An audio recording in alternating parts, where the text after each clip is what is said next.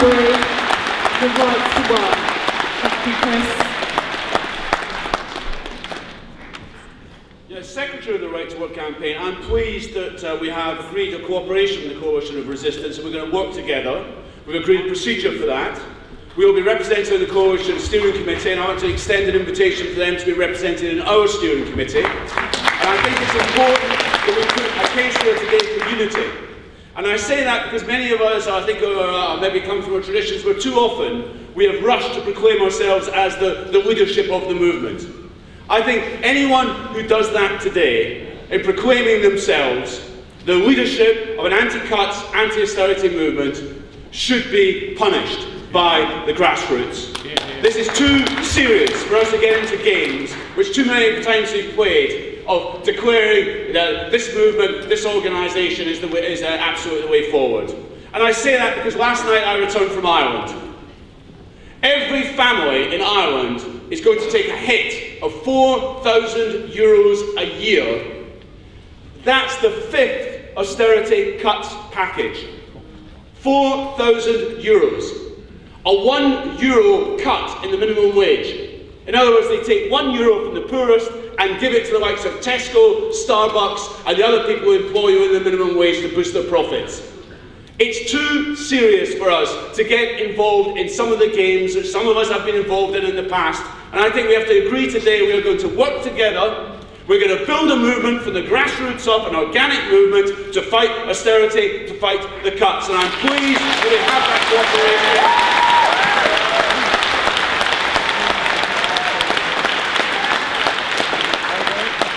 Over the coming weeks and months, I think we have to develop that. We do not want different anti-cuts campaigns in the same town and the same city. We do not want people calling demonstrations at different times on the same day.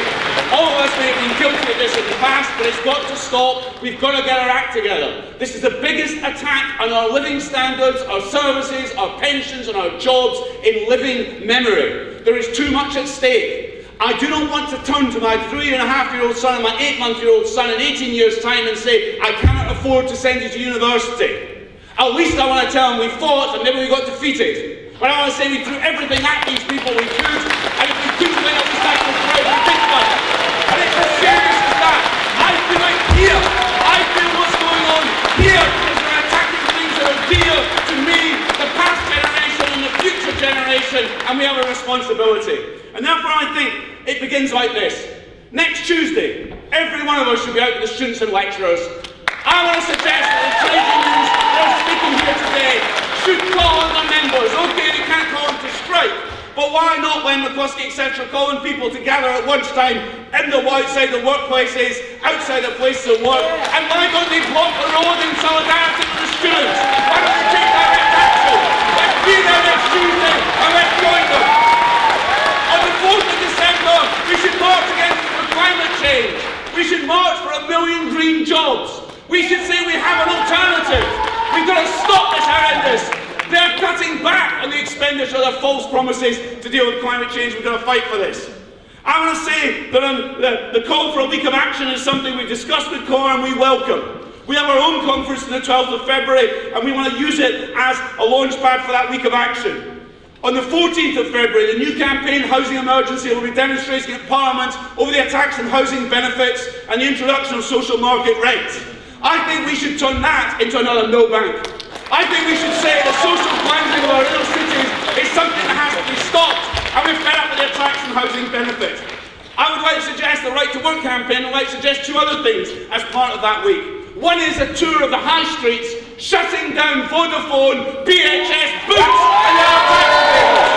Secondly, I would like to target ATOS, Action for Employment, the private energy agencies, taking people off incapacity benefits and putting them on for £51 a week. We should shut those people down from operating in our communities. And we should say, on the 16th of March, the Liberal Democrat Spring Conference is in Sheffield.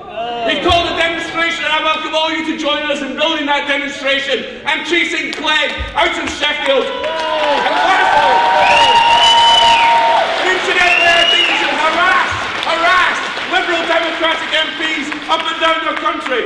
You shouldn't be allowed to go anywhere without protest and direct action.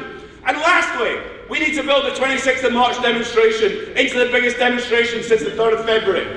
But I want to end by saying this.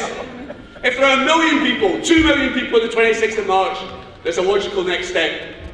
We should all come out together. All of us should strike. There should be a general strike.